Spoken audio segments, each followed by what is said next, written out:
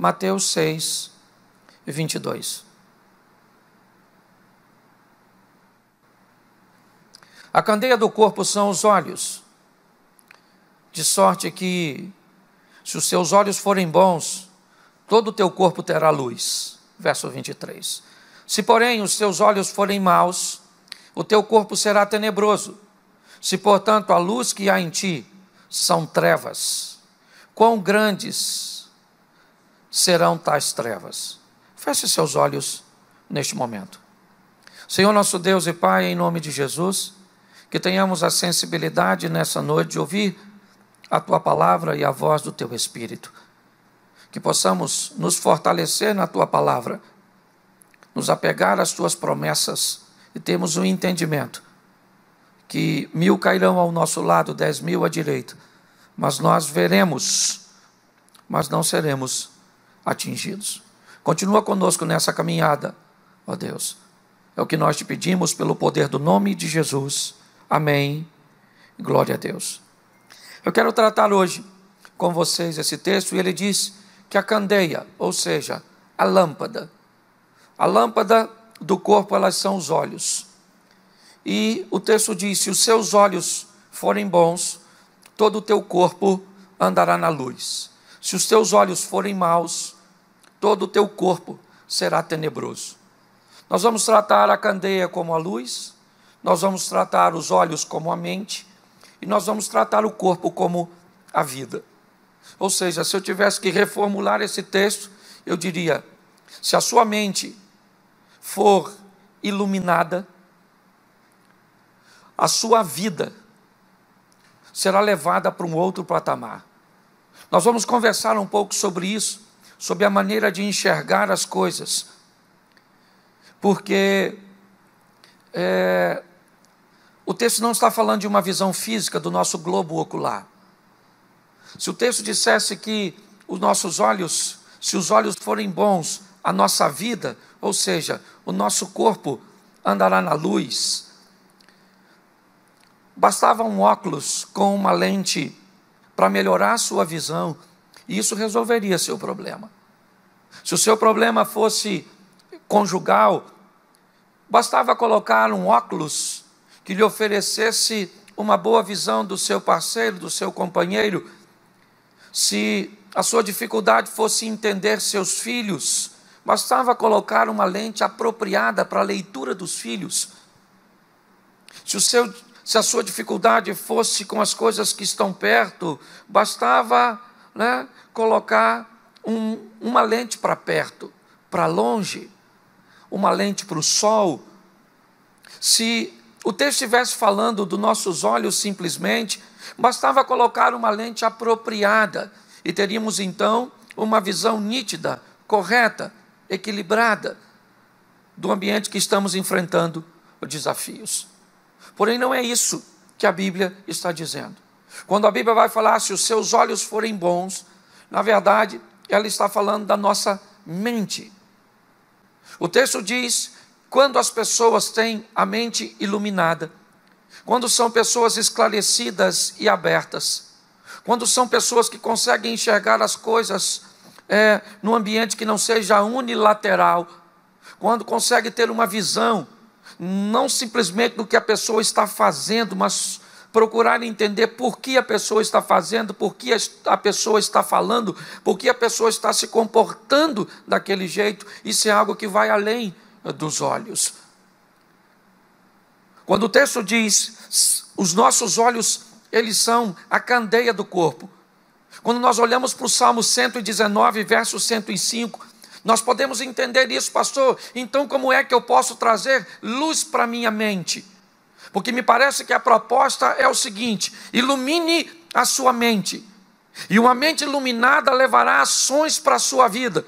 Por isso que a candeia são os olhos. Se os nossos olhos ou a nossa maneira de enxergar as coisas forem boas, de visualizar as coisas forem boas, inevitavelmente ela conduzirá a nossa vida a uma vida de sucesso, a uma vida de satisfação, não uma vida sem luta, não. Eu estou dizendo uma vida de vitória, eu estou dizendo uma vida satisfatória, e não sem lutas. Fazer as coisas certas não me deixa imune às lutas. Fazer as coisas certas não me deixa imune aos problemas. Com todas as vezes que nós pensamos isso, inevitavelmente nós vamos ter um grande confronto com a caminhada cristã. Porque todas as pessoas que olham para si mesmo e buscam todos os acertos e tudo aquilo que faz de forma assertiva, inevitavelmente o que elas esperam da vida é o quê? Não ter problema nenhum. Se eu estou fazendo tudo certo, por que é que eu vou ter problemas? Se você pensar assim, provavelmente você vai ter sérios problemas na sua caminhada de fé. Fazer todas as coisas certas certamente nos levará a abstermos de grande parte dos nossos problemas, mas não de todos.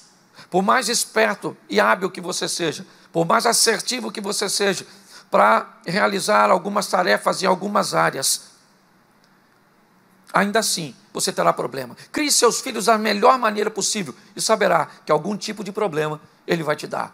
Lide com o seu casamento da melhor maneira possível e você saberá que mesmo assim você ainda terá alguns problemas conjugais. Lide com a igreja de uma forma correta, de uma forma sábia, e você vai ver que ainda assim você terá problemas em todos os ambientes.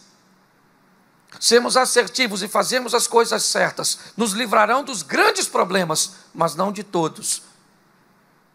Em todas as áreas da nossa vida, os problemas sempre estarão presentes. Jesus disse: enquanto tiverdes no mundo, vocês tereis aflições. Tem de bom ânimo para prosseguir até o final. Mas é assim que as coisas funcionam. Quando nós olhamos hoje para a mente das pessoas, o problema exatamente está ali. Uma mente ruim, uma mente em trevas, porque a grande caminhada, né, e o grande segredo da vivência é o seguinte: é entender o que controla nossas ações. Na verdade, é a nossa mente.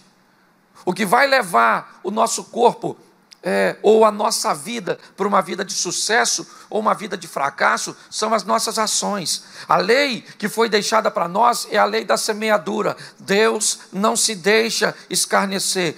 Tudo que o homem semear, isso também ele ceifará. Quando eu digo para você e para mim aqui, vamos pegar a luz e vamos jogar na nossa mente, eu pego o Salmo 119, verso 105. Lâmpada para os meus pés é a tua palavra e luz para o meu caminho. Quando eu quero iluminar a minha mente, o que eu coloco nela? O que a Bíblia diz que vai iluminá-la? A palavra de Deus, os conhecimentos de Deus. É isso que vai iluminar a minha mente. E uma mente iluminada, ela faz o quê? Ela envia boas ações, boas escolhas para a minha vida. E quando isso acontece, o meu testemunho começa a iluminar outras pessoas. Ou seja, aquela lâmpada para os meus pés é a tua palavra, do Salmo 119, vira Mateus 5,14. Vós sois o sal da terra, o verso 13, e vós sois a luz do mundo, no verso 14. Quando nós pegamos a nossa vida, e isso é muito fácil de entender.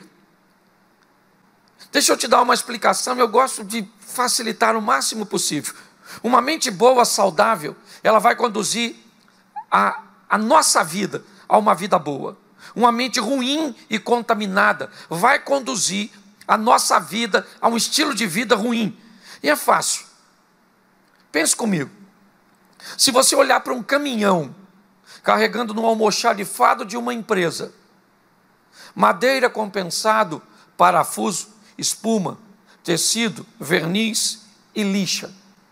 Mediante a tudo isso que eu disse a você, que está entrando pela porta do almoxarifado dessa empresa, o que você imagina que uma empresa que trabalha com madeira, com compensado, com parafusos, com espuma, com lixa, com verniz, o que você acha que ela fabrica? Será que ela fabrica celulares? Será que essa empresa, ela fabrica pneus? Quando nós olhamos para uma empresa que no seu almoxarifado entra madeira, compensado, parafuso, lixa, verniz, tecido, espuma, inevitavelmente ela trabalha em algum ramo dos móveis. Tudo aquilo que entra me faz ter uma leitura do que vai sair. A expedição dessa empresa, né, ela vai levar para fora dela o resultado de tudo aquilo que entrou. Se você passar por alguém e ver alguém comprando argamassa, cimento, pregos e pisos, você imagina que essa pessoa vai fazer o quê? O que ela está fazendo? O que ela está carregando, o que ela está comprando, o que ela está colocando no seu carro, o que ela está levando para a sua casa, pode me dar uma boa definição do que ela vai fazer. Seja franco, se você visse alguém com argamassa, cimento, certo? Com pregos, com pisos, provavelmente você diria na sua mente, essa pessoa está fazendo uma obra na casa dela. E o que ela quer com isso? Ela quer conforto. Olha só, você não sabe quem a pessoa é, você não sabe onde ela mora. Você passou na frente de uma empresa, você sabe pouquíssimas coisas, mas você é capaz de ter um discernimento que vão além dos olhos. Os olhos físicos vão mandar uma mensagem para a sua mente e ela vai buscar compreender o que está acontecendo. E você vai descobrir que aquela pessoa está realizando uma obra. E o propósito é conforto. Todas as pessoas que fazem obras, fazem para melhorar o conforto. Se você passasse por alguém e se deparasse com esse alguém com carne, linguiça, sal grosso, carvão, você imaginaria que essa pessoa está fazendo o quê? Uma obra? Provavelmente não. Essa pessoa vai fazer um churrasco. Mas você não sabe. Não, mas o que ela está carregando, o que ela comprou, o que ela está levando, o que está debaixo dos seus braços, o que ela colocou no seu carro, está dizendo para você o que ela vai fazer. Ao contrário da outra que ia fazer uma obra, essa vai viver um momento de lazer ou de comemoração. Olha só, só em observar as pessoas, nós podemos ter uma noção de que o que está entrando nelas, o que elas estão fazendo, o que elas estão levando para a sua casa, para a sua vida, vai me dar uma noção do futuro dessas pessoas, sementes. Vamos imaginar alguém indo comprar drogas.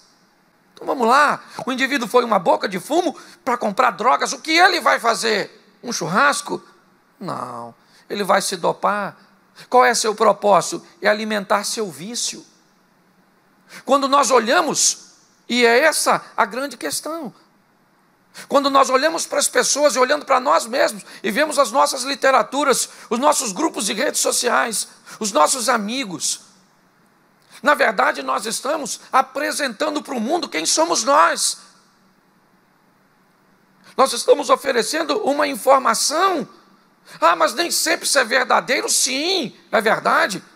Quem aqui, talvez você seja um vascaíno ou um flamenguista, e pelo contato com seus amigos, vamos supor que você fosse um vascaíno, e o Flamengo vai jogar contra o Fluminense, e você tem um grupo de amigos que são flamenguistas, e eles são muitos seus amigos, e você gosta de futebol, mas você é vascaíno, você não é flamenguista, mas você vai para a torcida do Flamengo naquele dia, porque seus amigos estão ali, e qualquer um que te vê na torcida do Flamengo, inevitavelmente vai pensar que você é flamenguista, porque as pessoas que estão ao seu redor, elas são flamenguistas. Quando nós olhamos para essa definição, é muito importante nós entendermos o que é que nós estamos permitindo entrar na nossa vida, o que é que nós estamos levando para a nossa casa, para o nosso contexto. Por que nós estamos vendo pessoas tão desanimadas? Por que nós estamos vivendo e vendo pessoas tão pessimistas? Porque elas estão ouvindo histórias de pessimismo. Elas estão ouvindo e vendo notícias de morte, inevitavelmente. Não podemos esperar do que elas vão dizer, de suas perspectivas. Elas contam todas as suas desgraças para no final, num tom extremamente pessimista, sabe? Numa coisa bem pequenina, dizendo assim, ela diz assim, não, porque o dinheiro foi embora, porque o vírus está matando todo mundo, porque a corrupção está aí instalada, porque o caos está aí. Mas Deus é fiel, sabe? Mas no final vai dar tudo certo. Elas contam todas as coisas ruins, sabe? Com uma voz enfática, ok? Com uma mente totalmente robusta, enriquecida das tragédias, dos problemas. Mas quando vão falar de Deus, aí é bem tímido. Vamos prosseguir em oração. Vamos continuar, porque Deus sabe de todas as coisas. Ele é fiel. Quando eu olho isso numa ótica humana, talvez eu consiga encontrar fé. Mas quando eu vou olhar com a mente proposta aqui, eu vou olhar que, na verdade, o caos se tornou muito mais forte para essas pessoas. A crise se tornou muito mais poderosa. Eu cheguei à conclusão de que o mal vai prevalecer. Eu cheguei à conclusão, sabe, que Jesus, ele está e tem que voltar o mais rápido possível. Ok? E eu não tenho problema nenhum no que diz respeito a isso. Eu só preciso fazer com que, em primeiro lugar, eu mesmo sobreviva a tudo isso de uma forma que continue acreditando que Deus está onde sempre esteve, no controle de todas as coisas, que Ele é um Deus todo-poderoso e que o que vale não é o que está acontecendo ao meu redor, é aquilo que eu estou levando para a minha casa, é aquilo que eu estou levando para a minha vida, é aquilo que eu estou permitindo entrar no meu coração. Eu preciso entender que tipo de mercadorias eu vou receber no meu almoxarifado, porque dependendo do que vai entrar no meu almoxarifado, eu vou saber de antemão o que vai sair na minha expedição. As pessoas que olharem para nós temos que amadurecer esse entendimento. O texto está dizendo, ele é tão poderoso, que ele poderia simplesmente dizer, olha, os seus olhos, ou seja, a sua mente, a candeia do corpo são os seus olhos ou a sua mente. E se os seus olhos, se sua mente for boa, o seu corpo viverá na luz. O seu corpo, a sua vida viverá de uma forma extraordinária. Mas se os seus olhos forem maus, se a sua maneira de enxergar as coisas forem negativas, se sempre você olhar de uma forma nociva, destrutiva e pessimista, você leva a sua vida para um ambiente tenebroso, de caos. Mas há ainda algo muito pior que uma mente tenebrosa. É o que termina o verso 23. Se, portanto, a luz que há em ti são trevas, quão grandes serão tais trevas? Bom, ele está me dizendo uma coisa. Se a luz que há em ti são trevas, não pode. Ou é luz, ou é trevas. Como é que ele diz? Então quer dizer que se a luz que há em mim são trevas? Isso precisa ser redefinido. Se eu olhasse para você e dissesse assim, bom, se a luz que tiver em você são trevas, não pode. Luz e trevas não ocupam o mesmo espaço. Inevitavelmente, a presença de uma exclui a presença de outra. Todas as vezes que as trevas chegam, para ela chegar, a luz tem que ir embora. E quando a luz chega, ela manda as trevas embora. O que a Bíblia está dizendo? A Bíblia diz, tem gente que está numa situação tão tenebrosa, que conseguiu ver nas trevas luz. Tem pessoas que o caos, o mal, a cegueira tomou conta de uma tal forma que ela está em trevas, mas ela pensa que está na luz. E quem pensa que está na luz não precisa procurar a luz, porque para ela aquilo é luz. Quantas vezes nós conversamos com pessoas que descrevem uma vida de pecado, uma vida de declínio, uma vida de desobediência a Deus, e nos afirmam que aquilo que elas estão fazendo, aquilo que elas estão postando, aquilo que elas estão falando, as pessoas com que elas estão se relacionando, elas afirmam categoricamente. Esses dias eu fui conversar com uma pessoa e ela me descreveu um ambiente totalmente errado. E sabe o que ela me disse no final? Mas Deus é minha testemunha que eu estou certa. E eu disse para ela, se Deus é sua testemunha, não sou eu que vou fazer parte da promotoria. Não sou eu. Se Deus é quem vai te defender nessa história, não sou eu que vou te acusar. Agora, as informações que você está me oferecendo, levada à luz da Bíblia, isso me mostra que isso é uma escuridão total e não tem luz nesse caminho, nessa decisão, nessa postura. Mas não adiantou. Na cabeça da pessoa, ela estava na luz. E para alguém que já acha estar na luz, você está mostrando a luz a ela por quê? É importante nós entendermos isso, porque hoje as nossas redes, principalmente, descrevem muito do quem somos. As postagens, a leitura que fazemos das postagens dos outros, as observações. Eu digo hoje para algumas pessoas que vão se relacionar, pastor, qual é a primeira dica que o senhor me dá quando eu for namorar alguém? Eu digo, vê se ele tem rede social, ou se ela tem rede social. Dá uma olhada na rede social. Ali você vai ter um pouco do entendimento, ou pelo menos o início, do que essa pessoa está fazendo, do que ela está postando, de como ela quer que as pessoas as vejam. Veja que tipo de comentário elas fazem, né, nas postagens dos outros, quem ela curte.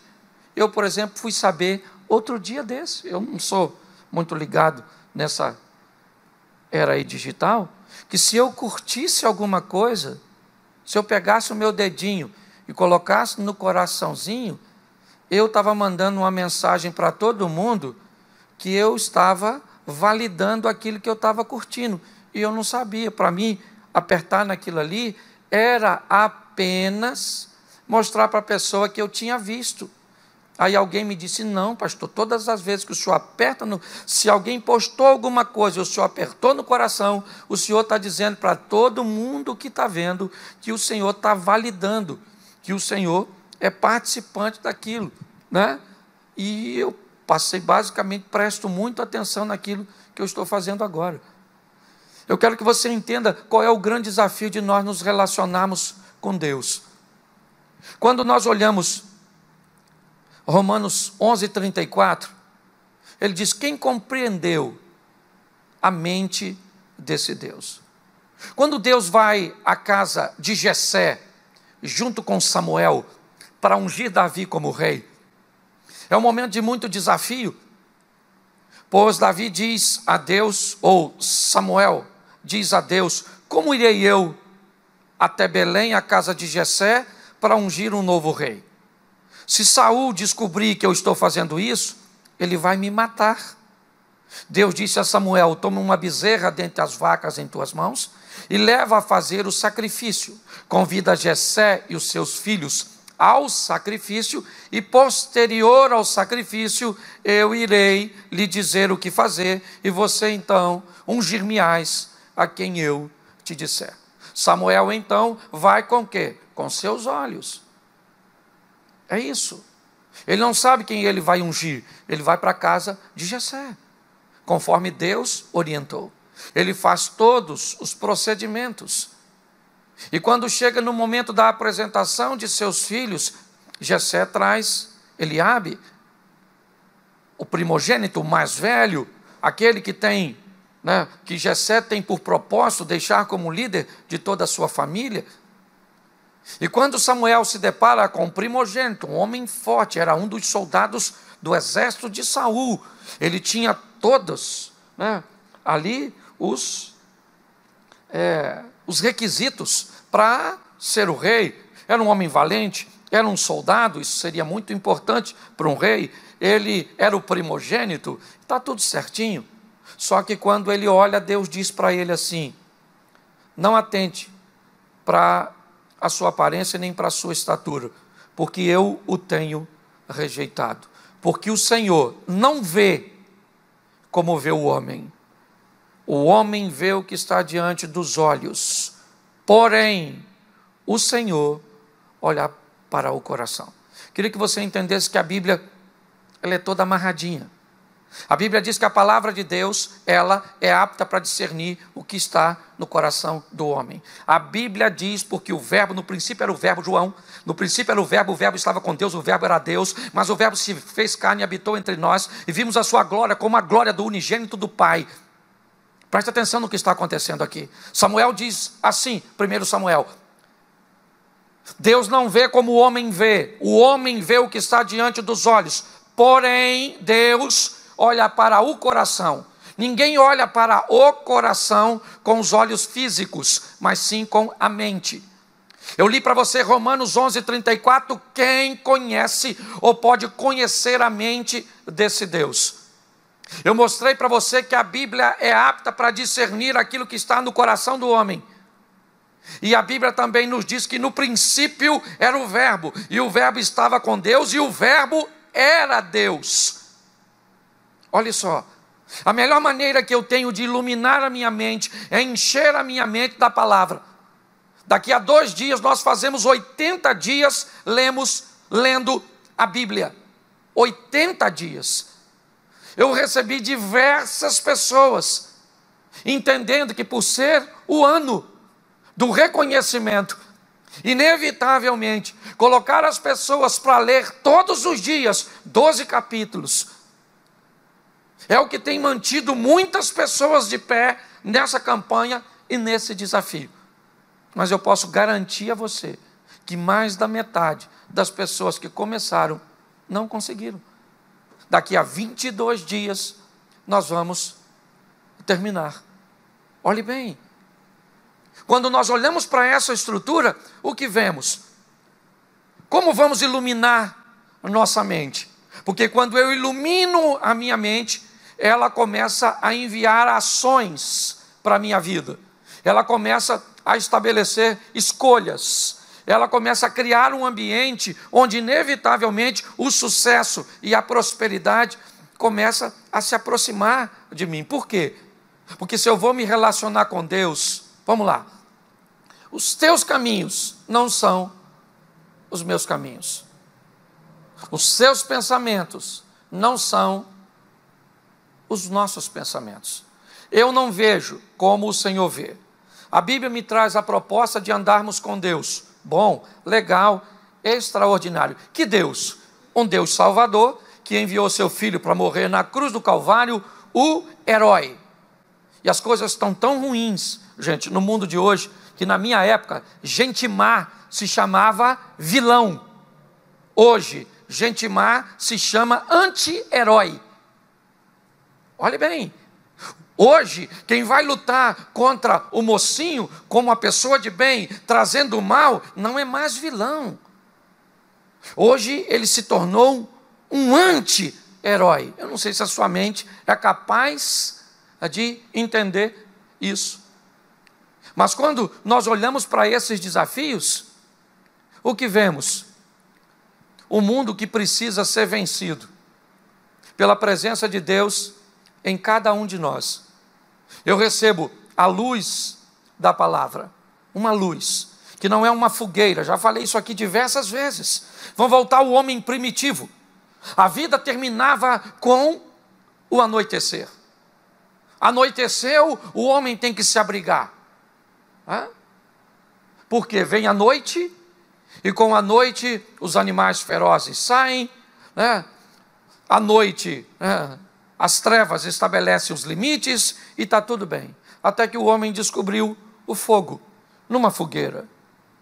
E a fogueira deu a ele a possibilidade de ter algumas atividades, e muito mais do que isso, de se proteger dos animais.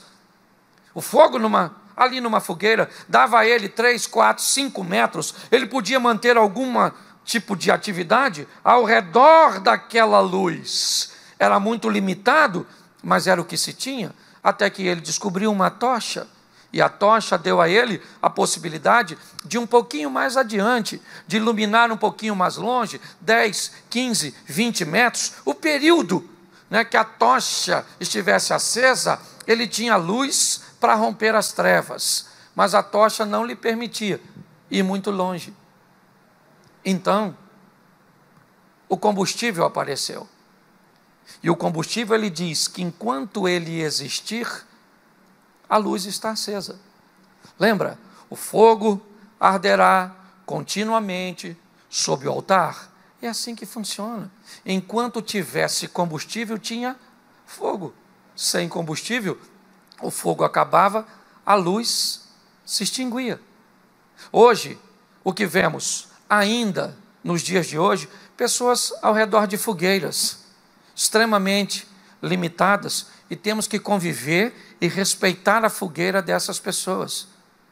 Por favor, não queira oferecer combustível de imediato para alguém que ainda está ao redor da fogueira, com pensamentos. Esses dias um amigo meu postou assim: porque os sonhos de Deus vão se cumprir, e alguém fez um comentário embaixo dizendo: que heresia, Deus não dorme. Se ele não dorme, como é que ele sonha? Como é que você vai discutir com uma pessoa que faz um tipo de comentário desse? Você não tem como discutir. Quando nós olhamos para a fogueira de algumas pessoas, de alguns membros, nós temos que entender que essa ainda é o seu estilo de vida. Sua visibilidade é muito pouco, suas limitações são muito grandes. E nós precisamos, com muito amor, entender. Algumas pessoas já pegaram suas tochas e já foram um pouquinho mais adiante, e já consegue enxergar, já consegue viver e provar algumas coisas. E outros conseguiram o combustível. Enquanto ele existir, nós vamos rompendo as trevas. Sabe, lâmpada alta, não se pega uma lâmpada, está tudo entrelaçado, e coloca embaixo. Todas as vezes que se pega uma lâmpada, põe no velador, põe em cima, para que ela dê amplitude, para que ela ilumine, para que ela consiga levar a nossa mente, o nosso pensamento, o nosso raciocínio para um outro estilo de vida. Hoje nós vemos pessoas andando ao nosso redor com tochas, com uma visão limitada. Hoje nós vemos ainda pessoas ao redor de fogueiras, e hoje vemos pessoas também com bastante combustível. Mas esteja você ao redor de uma fogueira, esteja você com uma tocha na mão, ou com uma candeia, com uma lâmpada, cuidado com a presunção. Estejamos nós em um dos 3 estágios, que venhamos entender e respeitar o estágio do outro, que venhamos buscar dar uma olhada na nossa mente, e principalmente no nosso almoxarifado. Sabe, eu queria fechar essa palavra aqui, pedindo para que você tenha cuidado com o seu almoxarifado. Todas as vezes que parar alguma coisa por ali, não abra a porta de imediato, não. Descubra o que é que vai sair daquele caminhão, daquele ambiente, daquela frase, daquele grupo, daquelas pessoas, porque o que vai entrar ali é que determina o que vai sair lá na frente. Seja um pouco mais seletivo, né, dessas entradas, para que tenhamos mais êxito quando olharmos lá para frente, para que aquela luz do Salmo 119 traga para nós a luz de Mateus 5. Uma luz que recebemos pela palavra, lâmpada para os meus pés.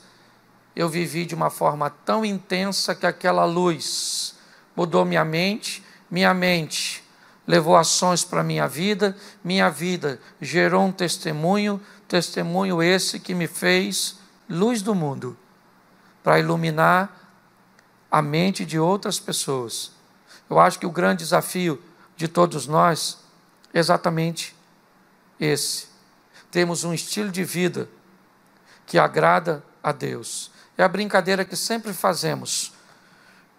Não queremos ser melhor que ninguém. Queremos apenas nos tornarmos melhor que nós mesmos. Ou seja, hoje somos melhor do que ontem. E amanhã, melhor do que hoje. De fé em fé, de glória em glória.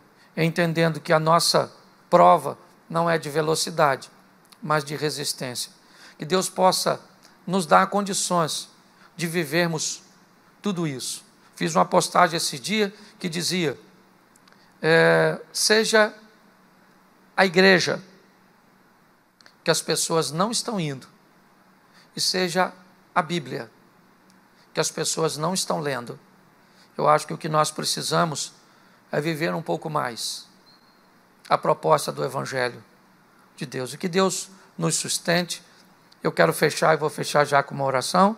Eu tenho dado a oportunidade às pessoas que têm caminhado conosco aqui durante esses cultos de ofertar, e no final nós oramos pelas ofertas e pelos dízimos. Nós ainda estamos seguindo firmes, mas com uma arrecadação hoje quase 50% menor do que antes, ok? Mas entendemos isso e temos orado para que as pessoas continuem manifestando a sua fidelidade e acreditando que Deus continua conosco nessa jornada. Mas eu queria impulsionar você a ser fiel a Deus e ver. Eu tenho algumas pessoas, tem sido muito engraçado, pessoas com portas abertas de emprego, pessoas fazendo negócios, né, nesse ambiente e sendo bem-sucedido, porque quando Deus é conosco, o deserto e a crise têm que nos fazer prosperar. Eu queria que você ponhasse a sua oferta, você que está aqui, você que está aí, as ofertas, né, as contas estão aí na nossa rede social, e eu queria que você ficasse de pé. Eu quero orar por você e com você. E na quarta-feira nós vamos ter um culto abençoado, sempre aí agora às quartas, com 2 mensagens. Me dá um envelope aqui. 2 pregações de 15 minutos na quarta-feira, ok? E nós vamos ter gente dirigindo o culto, orando pelas ofertas. Vai ser uma bênção. Isso aí. Feche seus olhos. Deixa eu pegar.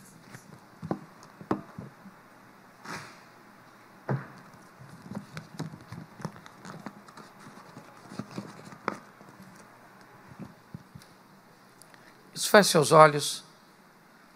Pegue a sua oferta, você que está em casa. Vamos ofertar ao Senhor. Pai, em nome de Jesus, que a nossa mente, ó Deus, esteja apta para entender que a nossa segurança está nas Tuas mãos, porque o Senhor é Deus do ouro e da prata. Muito obrigado porque o Senhor não tem deixado faltar. Muito obrigado porque o Senhor tem aberto não apenas portas na terra, mas janelas nos céus. E temos visto a Tua mão poderosa agindo em nosso favor. Sustenta-nos como a Tua igreja, ó Deus.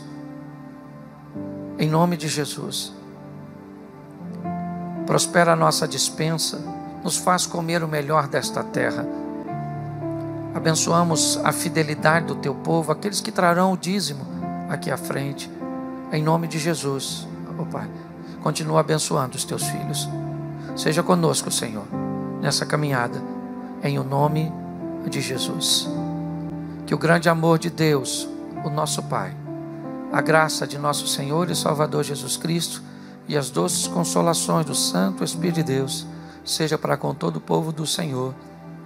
E todos digam amém. Que Deus